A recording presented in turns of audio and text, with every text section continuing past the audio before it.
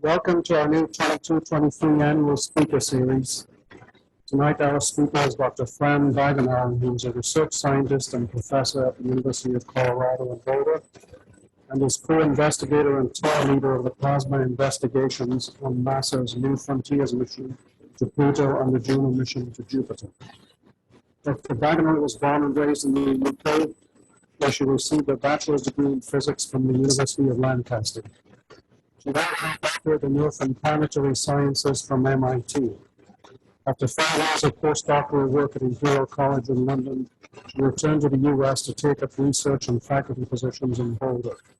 Her main areas of expertise is the study of charged particles trapped in planetary magnetic fields and the interaction of plasmas with the atmospheres of planetary objects, particularly in the outermost solar system. Dr. Bagenal's talk tonight is entitled Exploration of the Outer Solar System, New Horizons of Pluto and Juno at Jupiter. Dr. Bagenal was scheduled to kick off our new speaker program in October, but Hurricane Ian unfortunately intervened. So we are very fortunate to be able to reschedule her so soon. Please join me in welcoming Dr. Bagenal.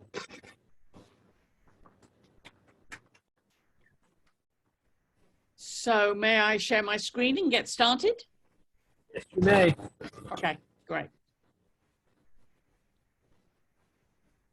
Okay, I hope you can see this. I do this. Good. Just shout out if you can't see anything or if you've got questions, because obviously I can't see your hands up, but just say, okay? It's good. It's very clear. Good, great. So what I want to do this evening is to tell you about two really cool missions that are still ongoing.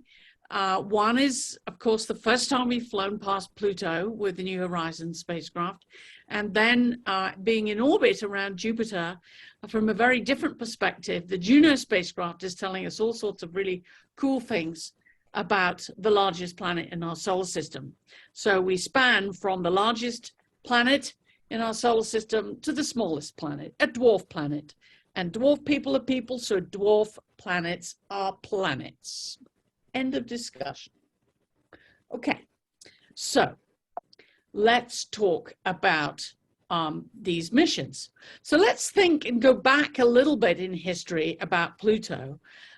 So Pluto orbits the sun every 248 years, so it takes a long time to go around. And so if you look at these dates around Pluto's orbit, you can see that the discovery of Pluto here at the bottom in 1930 was only half an orbit away, and then all these space exploration that happened, and then it got closest to the sun around, this is Pluto, got closest to the sun around 1989, and notice that soon after that, the second object for the Kuiper belt was discovered in 1992.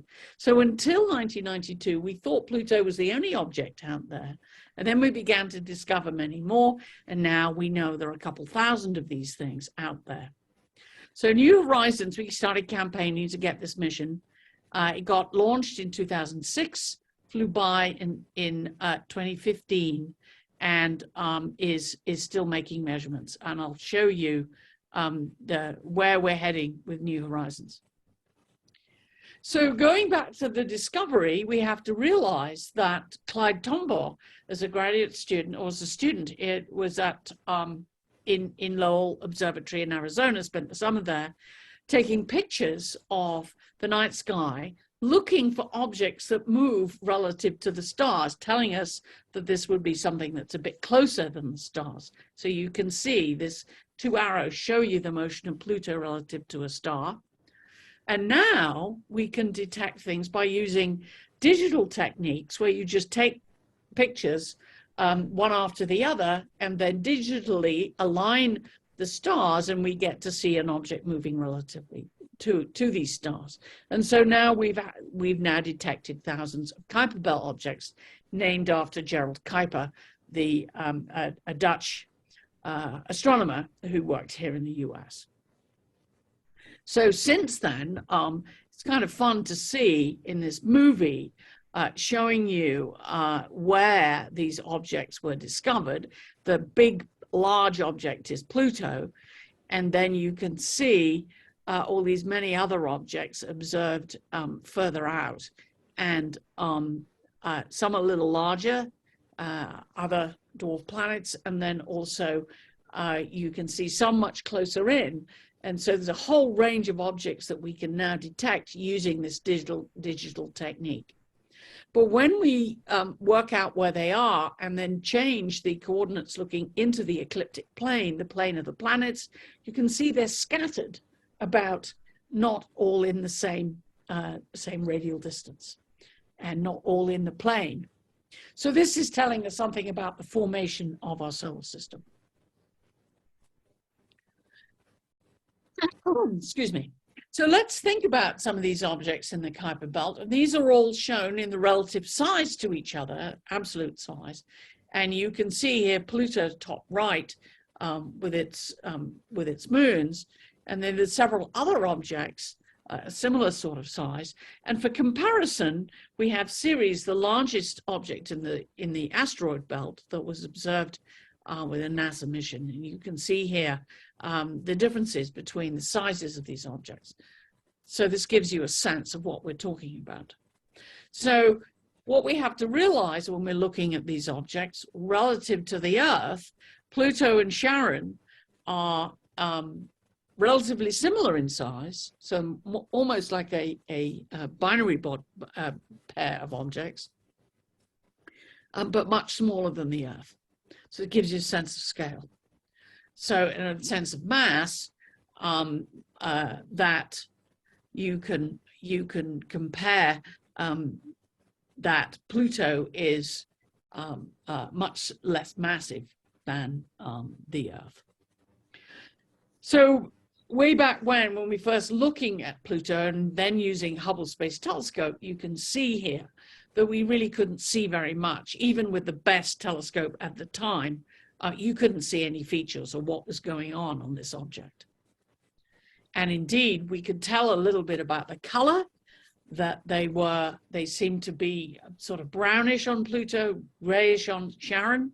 The density, we could work out the total mass, and then the size gives us the density. So they're sort of half rock, half ice objects. We could also use infrared to measure the temperature, and it actually doesn't matter what units you use, 40 Kelvin, minus 233 Celsius, or minus 390 Fahrenheit. I like to say in a British voice, they're bloody cold. These are places where a lot of stuff is just basically ice. Very little everything is solid.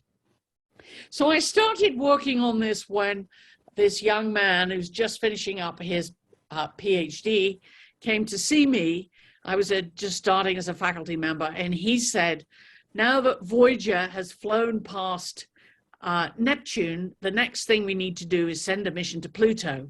And I thought, I'd worked on Jupiter, Saturn, Uranus, and Neptune. I thought, who cares about Pluto, this piddly little object?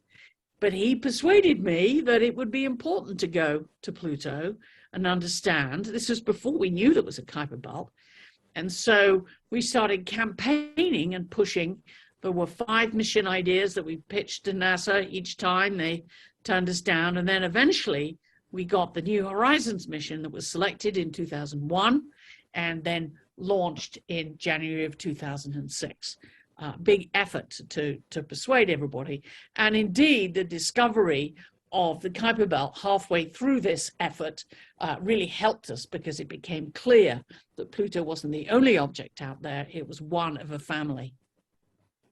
So here we were proposing, building the instrument, testing the spacecraft, going through all the exercises way back when to make this happen. And this is the spacecraft. It's about the size of a small baby grand piano, if you like. Antenna is about 6 foot across. You can see the heat sources over here on the left, the radioisotope thermoelectric generators that use heat to produce electricity. And then we power the spacecraft using that. And then the instruments we have are the SWAP instrument is plasma, measures the solar wind and charged particles, as does PEPSI. It's more energetic particles measured by PEPSI. We have LORRI, long-range camera, RALPH, a wide-range camera, and we use the antenna to do radio signals to go back, but also to measure the ionosphere of Pluto and various other measurements at Pluto. And ALICE is a UV instrument. But the most important is the student dust counter, which is here on the back. And this instrument was designed, built, tested, operated, and the data analyzed by students here at the University of Colorado here in Boulder. And these students have gone on to be doing all sorts of important things.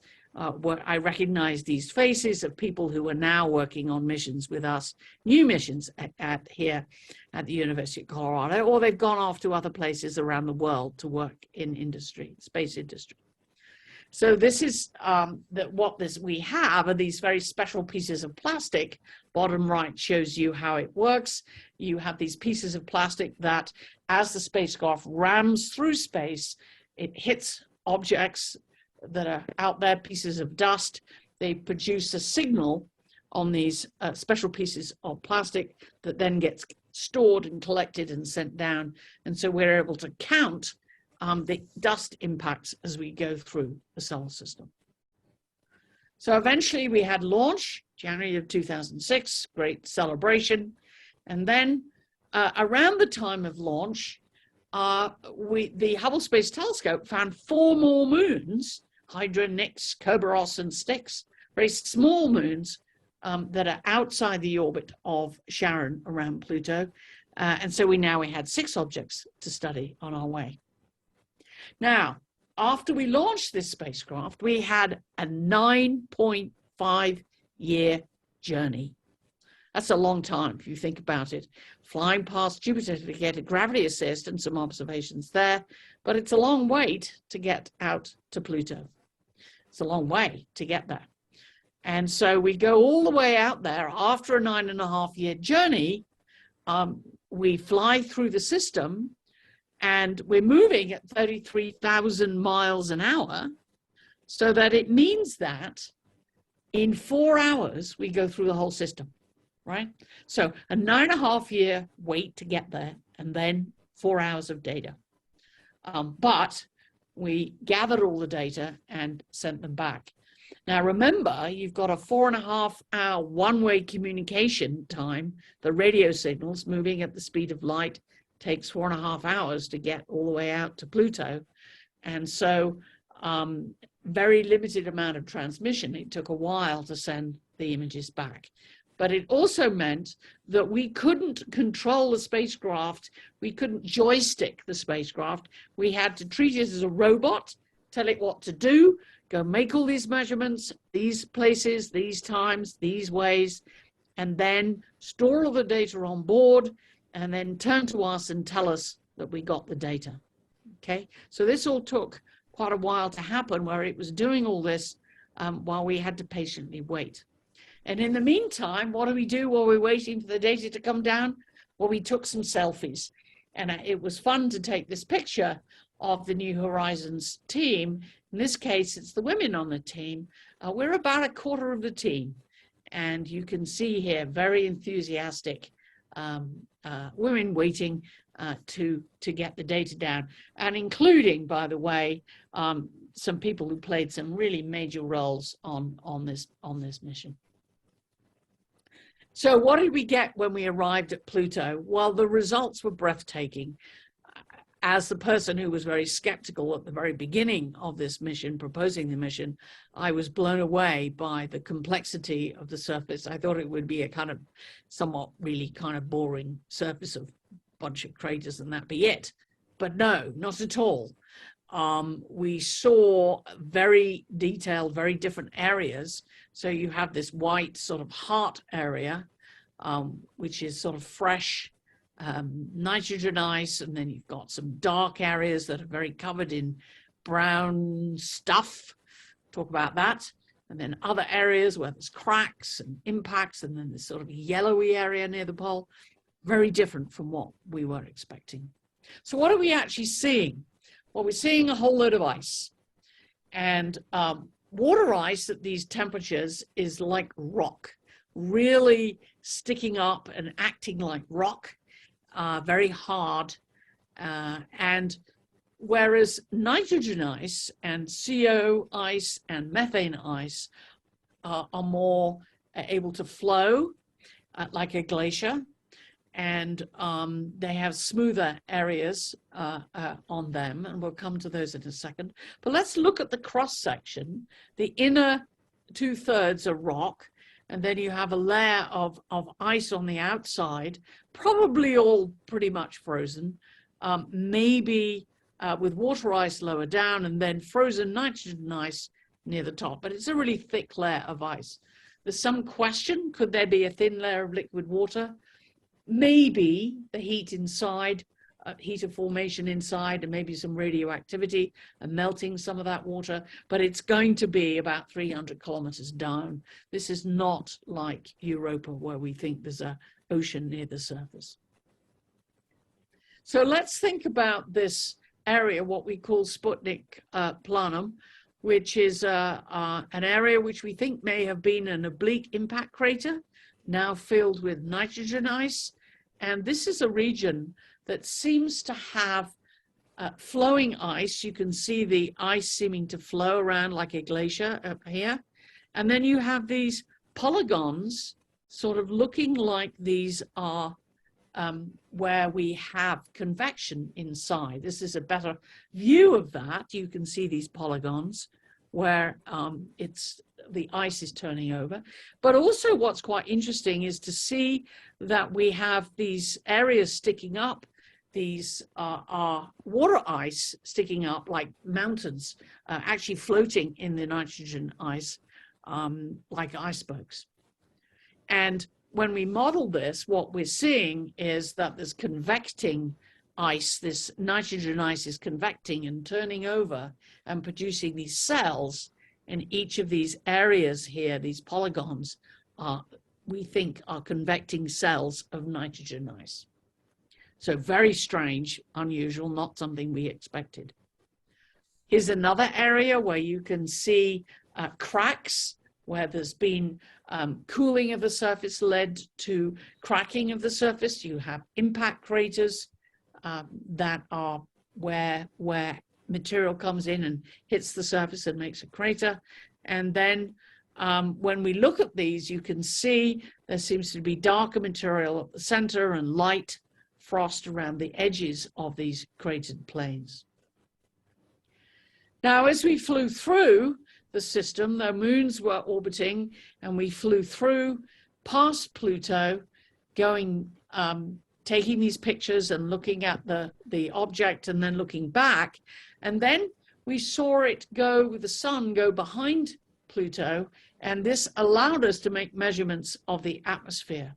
So this is an image taken with the sun on the far side of Pluto, with sunlight being scattered by hazes, aerosols in the atmosphere around Pluto. So this is an atmosphere of mostly nitrogen, but then we see material in these aerosols in the atmosphere.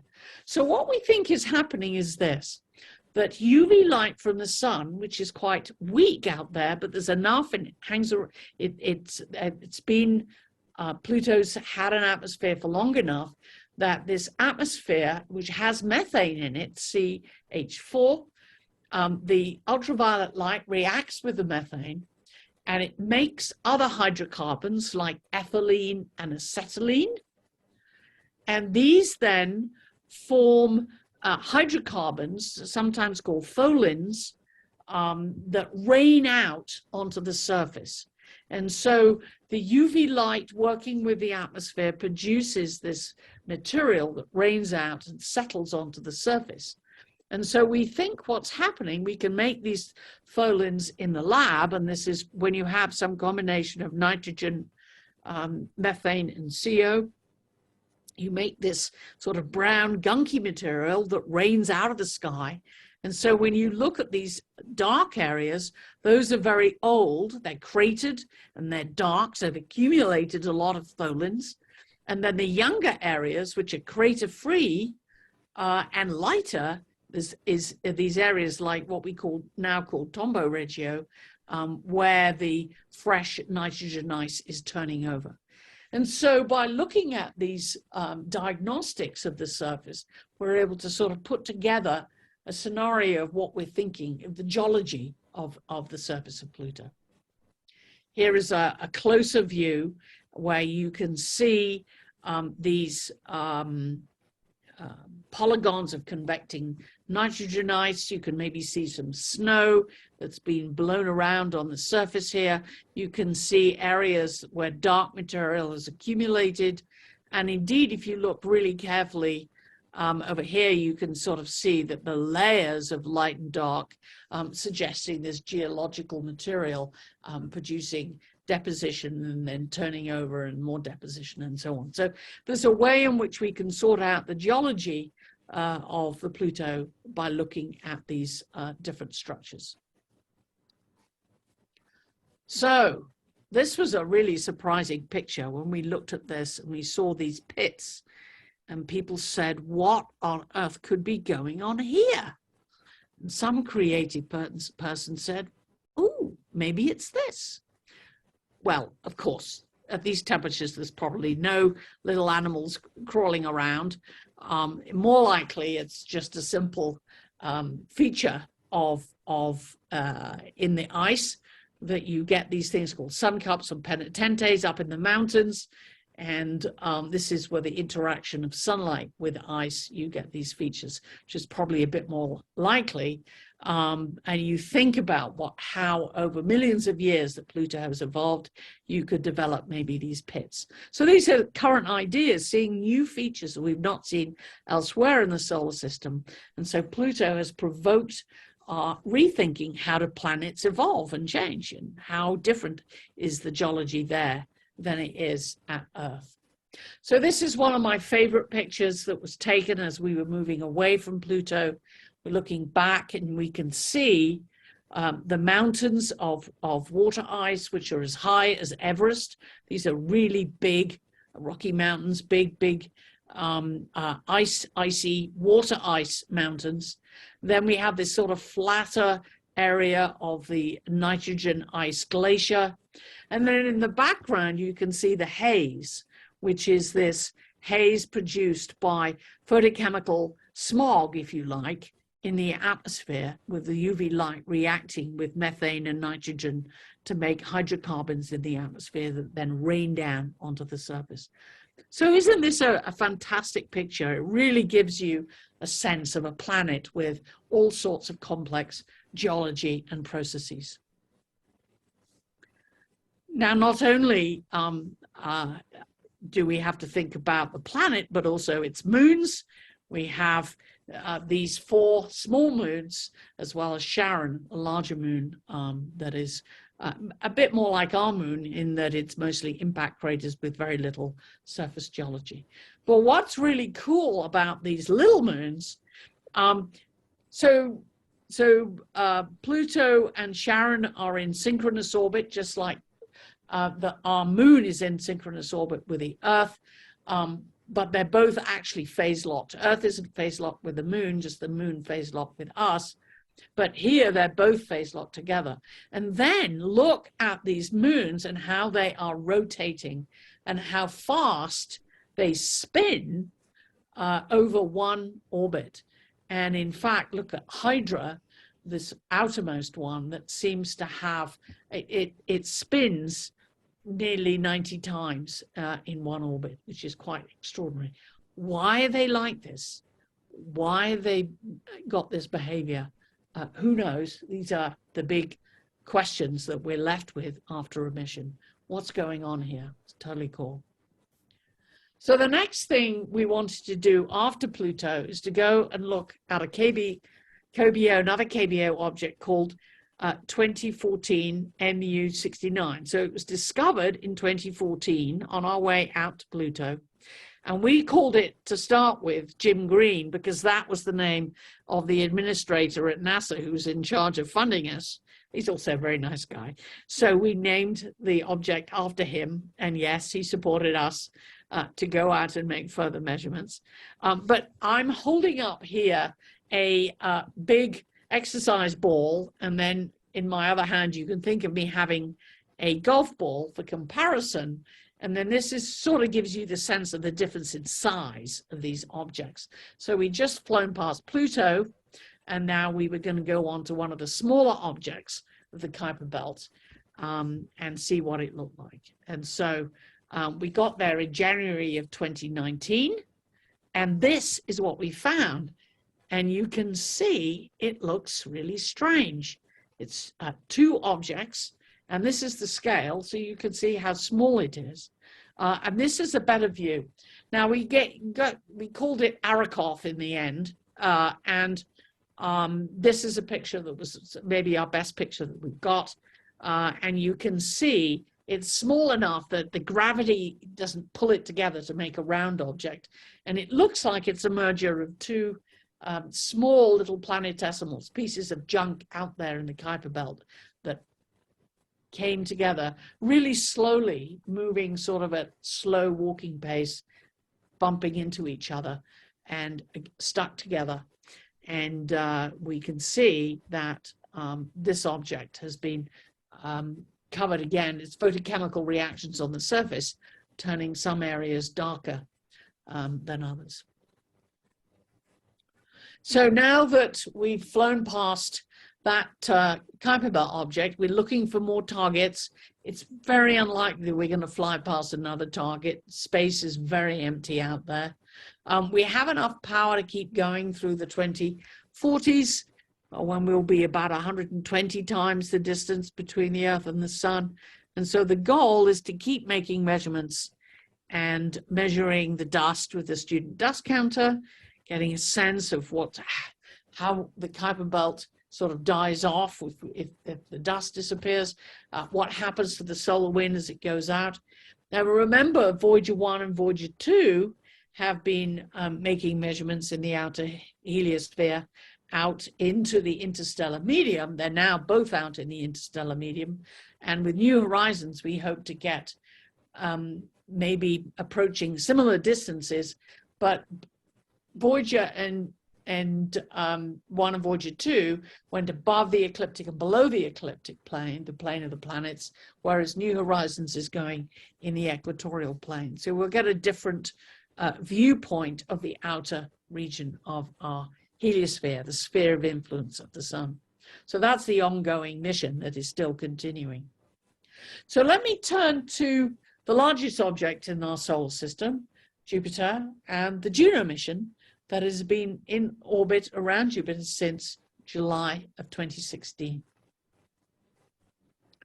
So this mission is studying Jupiter. And so for scale here, we have an object which is about 11 times the radius of the Earth. It orbits the sun every 12 years or so at a distance 5.2 times the distance between the Earth and the sun.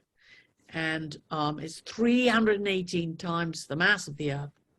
Now, I'm sure you've, as astronomers, you've been using your telescopes to look at Jupiter and see the amazing atmosphere, see the red spot. I know you can see this probably you can see these with your telescopes. And this is the equatorial view, the view we see from Earth, the view we see from Hubble Space Telescope, the view we see when Cassini flew by, made this map of the atmosphere of Jupiter on its way out to Saturn. And so this is the view we've had of Jupiter for some time. Now, what we see when we make a movie of these belts and zones, east and west moving belts and zones with turbulent eddies like the great red spot being produced. And I've shown you the Earth, which also has these belts and zones, fewer because Jupiter spins every 10 hours, the Earth spins at 24 hours, and of course the Earth is much smaller.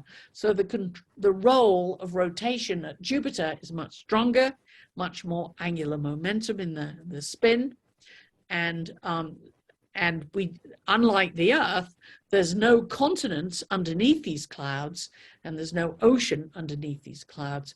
And so the Earth, as you in Florida are very, very, very aware, the interaction of the atmosphere and the ocean, and then interacting with the continents, is a lot of the weather that is we experience here on the Earth. Whereas at Jupiter, these storms develop and they keep going and rotate around the planet. So what are we actually looking at when we look at Jupiter? Well, the outermost clouds are made of ammonia. And then below those clouds, we believe there's a mixture of ammonia and sulfur, ammonia hydrosulfide it's called. And then at the bottom below that, we think there's clouds of water. So when we look at the outside of the picture on the right, what we're seeing is ammonia clouds that have been colored. We don't really know what those colors are. We used to think that it was made mostly of sulfur because sulfur is sort of orangey, but actually if you add UV light to sulfur, you get something that's more green. And so it's probably some mixture of acetylene from below mixing with ammonia and then the UV light coming in to make these colorants. And you don't need a lot of color to make much of the material to make the color. As anybody who's put food dye into, say, an icing of a cake, you only need a few drops to make a very dark icing color. It's the same true in the clouds. So if there's very little of this material in the clouds, it's hard to actually detect it and find out what it is. So we know from spectral measurements that there's ammonia, but we don't really know what the colorant is. And it's hard to measure. So why do we care about what's inside Jupiter and what the atmosphere is like? Well, when we think about solar system formation, we think that we have a star forming at the center of the solar system as the cloud, the solar nebula collapses, forms a star at the center, in our case the sun, and then close to that star, it's hot, so the only things that condense out are going to be the rocks and the metals. And then further out, beyond the frost line, you will get water condensing out. And so you'll end up with ice further out. And those beyond this frost line, you end up having snowballs bumping into each other to make big snowballs. And when the snowballs are really big, several times the mass of the Earth, they start sucking in hydrogen, the most abundant gas in our solar system. So what we're really interested in here is to try and understand how the gas giants formed beyond the frost line and understand this process of hydrogen gas being captured onto an ice core. So the goals of the Juno mission is to go out and measure at Jupiter, where is the water, how did the gas giant form, and while we're flying over the poles, and I'll tell you why we're doing that in a minute, how does the aurora work, the interaction of the environment around Jupiter impacting the atmosphere and making it glow. So we built a spacecraft, and this is to scale. You can see there's a human down here. It's very large. It's got a solar panels, so it's a diameter of about 60 feet, and the power from the solar panels, even though we have 25 times less solar flux out at Jupiter than we do here at the Earth, generates about 500 watts of power. And the spacecraft keeps these panels face to the sun, obviously, and it spins about twice a minute. So this big spacecraft then is spinning, and it has various instruments on it. It uses the radio antenna to do gravity science, and I'll explain exactly how that works in a minute. But we also have a magnetometer on the end of a boom, and we have it out here because we want to measure, have sensitive measurements that are not affected by electrical currents that may be flowing on the spacecraft. Then we have some particle measurements, low energy particles, high energy particles, just like New Horizons. Then we have antennas that measure waves, radio waves, plasma waves.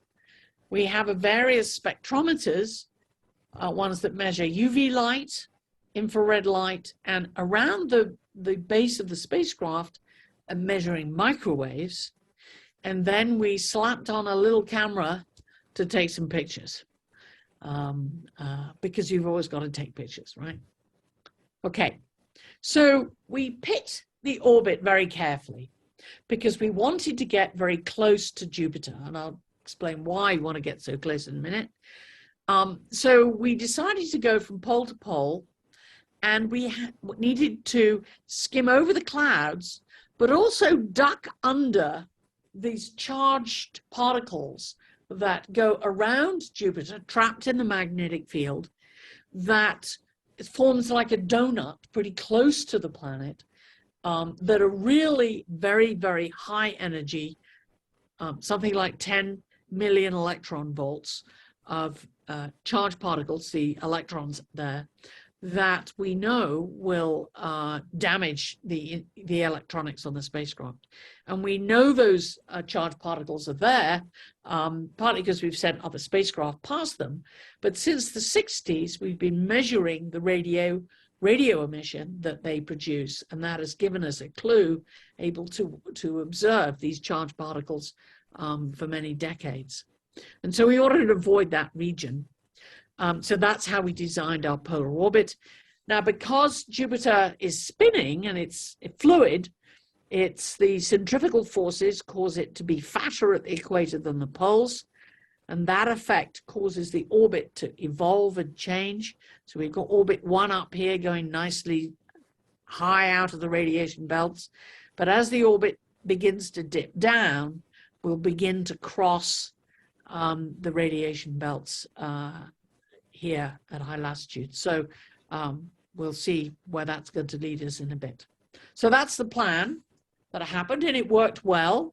We had an approach and went into orbit on the 4th of July of 2016.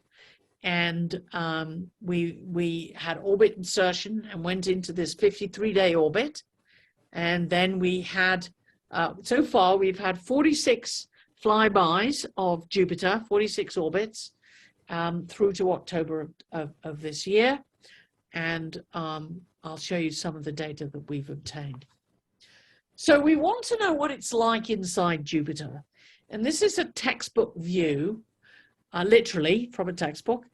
And the idea is it's mostly hydrogen. And you would have a core inside, something like 15 to 25 Earth masses, that would be a combination of rocks and metals and hydrogen compounds in here. And then above that, you have hydrogen. And the thing is that as you go deeper in, the density increases from something like about 80% of the radius. It's about the density of water, then down to the density of rock, and eventually the density of heavy metal deep down inside. We look at the temperatures here on the left-hand side. It's pretty cold right out on the surface, but you soon get down to high temperatures, and deep it down near the center, it's like about 4 times the temperature at the surface of the sun. So it's pretty hot deep down inside. And so what's happening is we have a lot of pressure increasing. All of the mass of the material, remember, 318 times the mass of the Earth, that's a lot of material pressing down so that the pressures are very high deep down. So at the surface, it's about the same as the pressure in the gas that we breathe in the Earth's atmosphere, 1 bar. But you go down deep inside, it could be 50 to even 100 million bars. So very, very high pressures. So let's think about what kind of pressure that might be. What do these mean? So trying to understand what's going on, we have to understand those pressures.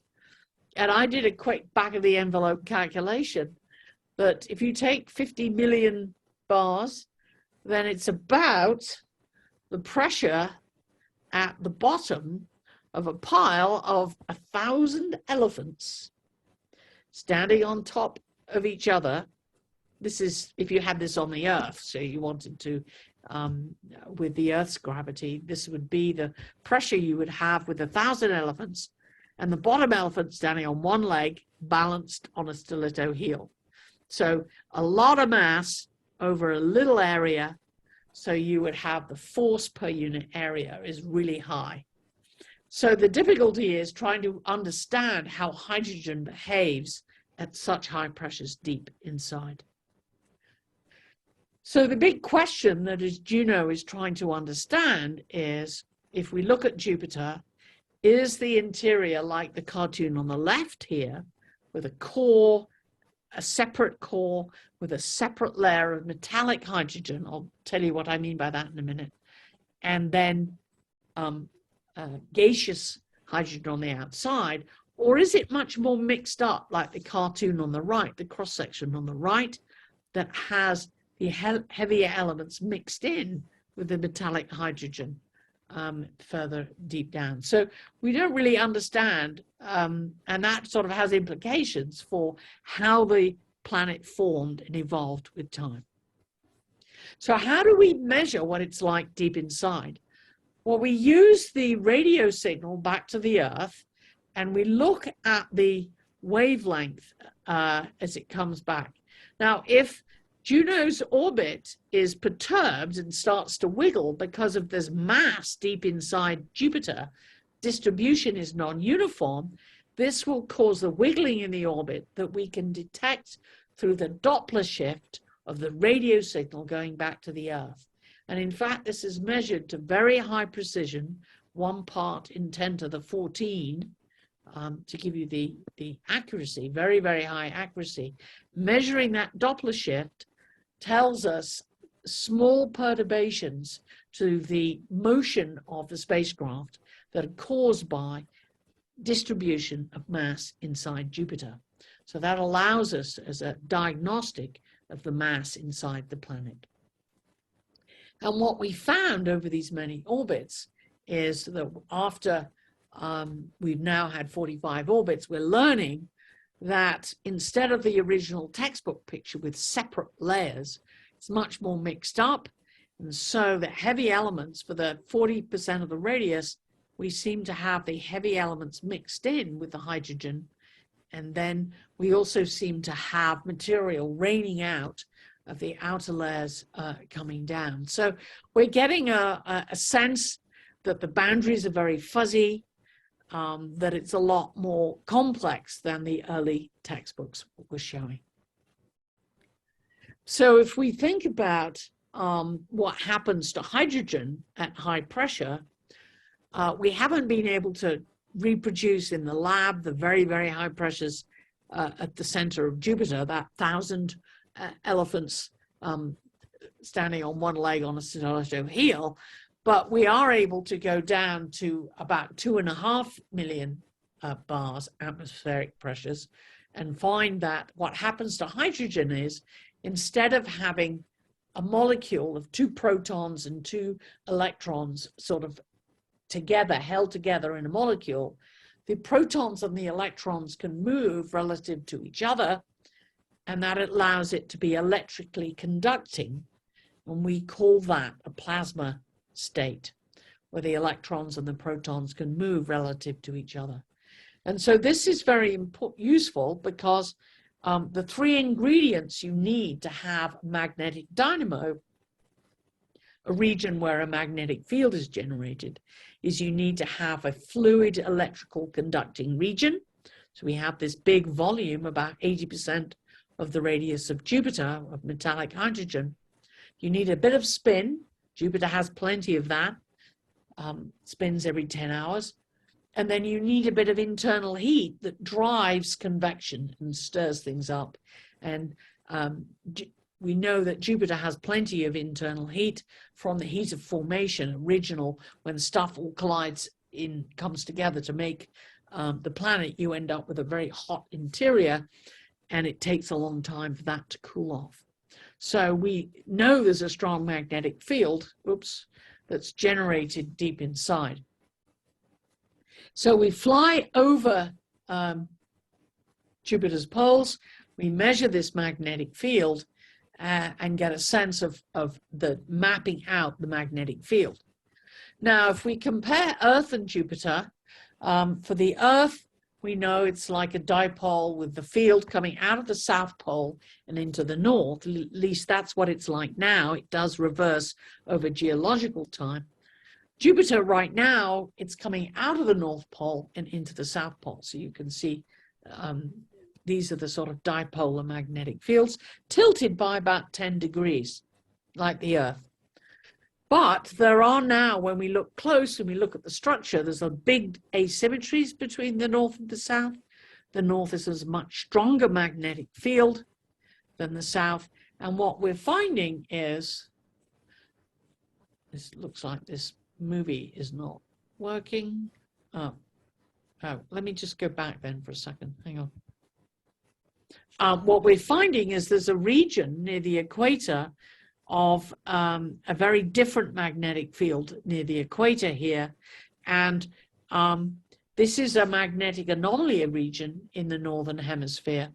And it's a bit like the Earth's South Atlantic anomaly with a weak magnetic field on the Earth, which is an area where a lot of extra charged particles come in and bombard the Earth's upper atmosphere.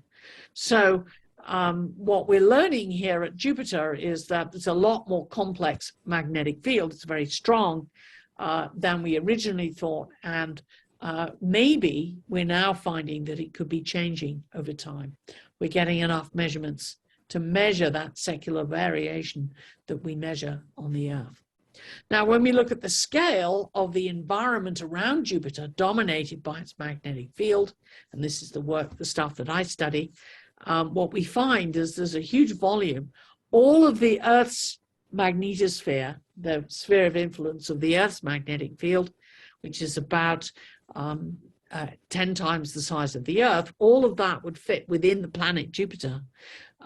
So the strong magnetic field of Jupiter spreads out for very large volume, going towards 10 times the size of Jupiter towards the Sun and many thousand times down tail. In fact, the magnetosphere of Jupiter stretches all the way out to Saturn's orbit. We know that from Voyager. But what's interesting is its strong magnetic field because of the strong dynamo, but moreover, the moon Io, the innermost of the 4 Galilean moons, spews out a lot of material, sulfur and oxygen, that fills up this volume. So we know Io is covered in volcanoes. If we look at Io from Galileo, you can see these black regions of lava. The spots of black are lava. The yellow is sulfur, and the white is sulfur dioxide frost that comes spewing out of these volcanoes. So the magnetic field of Jupiter is very strong. It extends out beyond the 4 Galilean moons, Io, Europa, Ganymede, and Callisto. And Io ejects about a ton every second. So think of that as a pickup truck of material kicked out every second. That material becomes ionized and trapped in the magnetic field, forming this big region, toroidal region of ionized gas trapped in the magnetic field. And because Io's material atmosphere is electrically conducting, it drives electrical currents, 1 million amp currents between Io and Jupiter, making aurora on the atmosphere of Jupiter. We knew from New Horizons flying past Io, top right picture, you can see this movie of a big plume of material. This is called Tvashtar, erupting in the northern hemisphere of Jupiter. Northern hemisphere of Io. And we've since got infrared pictures of all the glowing gases. Now, here we look at the aurora on Jupiter using Hubble Space Telescope. This is UV light making the hydrogen glow. And what we see is charged particles bombard the hydrogen in the atmosphere. And we can see the main auroral region, not too different from the Earth. But we also see these footprints, auroral footprints from Io, but also Europa and Ganymede. And so we've had some evidence of this electrodynamic coupling between the moons and the planet by looking at the aurora that we can observe from the Earth. And here is a Hubble movie showing you this variability of the aurora and the spot associated with Io, Ganymede, and Callisto.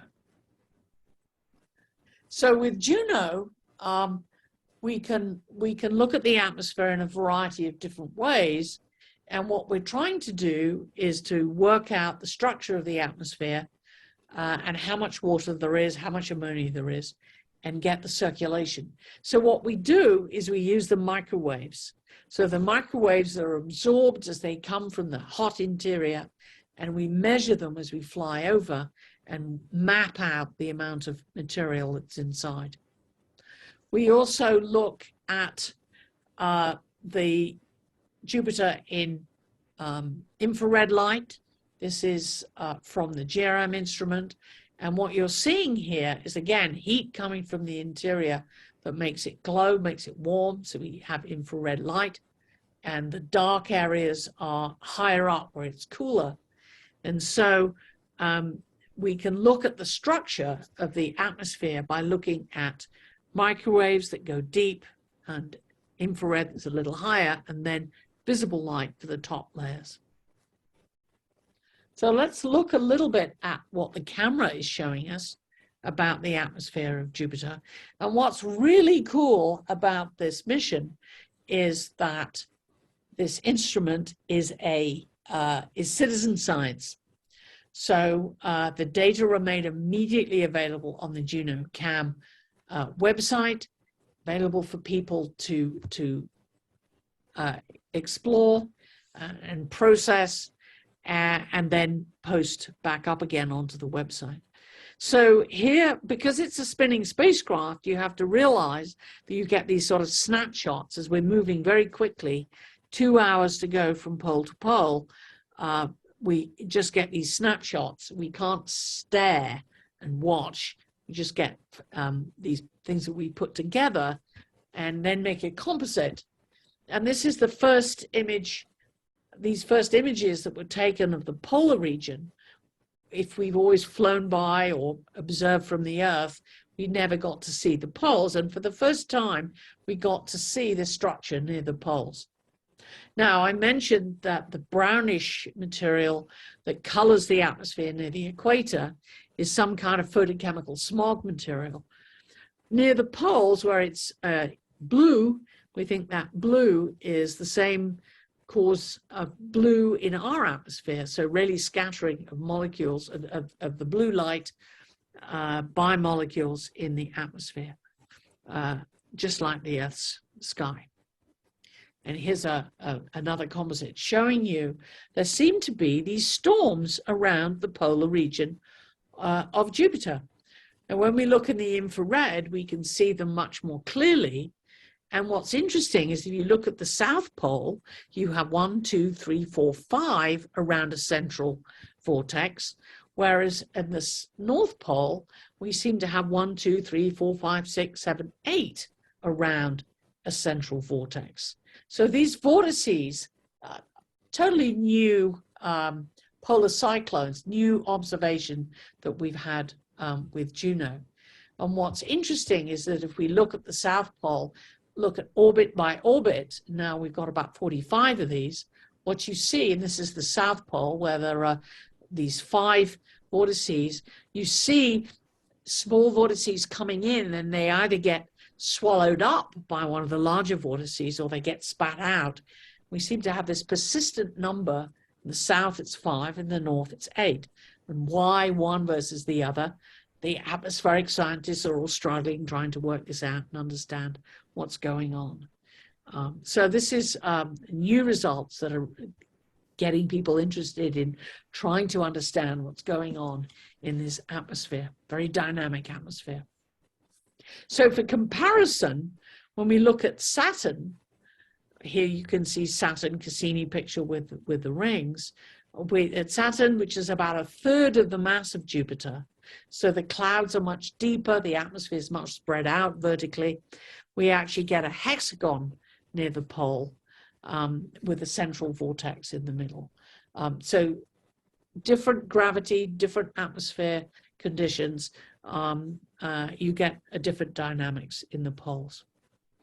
Now, what's really cool when we look at the observations that the amateur astronomers have been putting together, the citizen scientists who are downloading these images, they've been doing some great stuff. And what they do is they take the images and crank up the color contrast to try and look at the structure and show us what you can see. And sometimes they do art, which is fantastic, right? Isn't this lovely? It's just great. The creativity of the citizen scientists who are downloading these images, playing with them and putting them up is fantastic. So I'm a great fan of what they've been doing. From a scientific viewpoint, by exaggerating the contrast, you get to see a lot of structure in the atmosphere. And here's an example. We see the turbulence driven by the strong rotation driving shears in the atmosphere. But also, this is near the limb, you can see what looks like material clouds that are poking up. And we call these pop-up clouds. They look like they're fresh storm clouds that are produced by ammonia rising up and freezing out to make these clouds. And so these are new things that we can see by flying in close and seeing these detailed structures in the atmosphere. Here's another example, a vortex, and you can see the turbulent motion in the atmosphere, and then you see these pop-up clouds, fresh ammonia clouds sticking up. And then, of course, humans have been looking at clouds and imagining all sorts of structures and features and things. And this was one that we flew by and saw our friend Danny the dolphin. And you can maybe see that there's a pelican over here, maybe, and a dragon chasing the dolphin. These things are fun to find in the atmosphere, in the clouds. And of course, the next time you fly by, they've gone. But they're creative and get people thinking and having fun. And here is what we call a bowling ball. Just going to show you a couple more pictures, which are totally cool that we've gotten here. Great red spot. This is a image from Hubble. And I wanted to show you Voyager. At the time of Voyager, it was about twice the size of the Earth. You still awake? Oh, you still awake? Oh. I got it to work on the phone. I just can't get it to work on the computer. Hello? Is someone trying to ask a question? Okay. So at the time of Voyager, the Great Red Spot was about twice the size of the Earth. By the time we flew by with Juno, with this image, it's about 1.5 times. So it's been shrinking over time. It's also been getting a little darker. And with Juno, we get these high resolution images of the turbulence around the edges of the Great Red Spot. Here is a really beautiful picture showing you these turbulence around the edges of the, as the flow of these belts and zones interact with this very large storm that has been observed for centuries. It's been observed since maybe Galileo saw it, but certainly Cassini did and been observed and observed to move around the planet and in latitude a little bit, get bigger and smaller and so on. And this is, it circulates, takes about 6 days to circulate all the way around.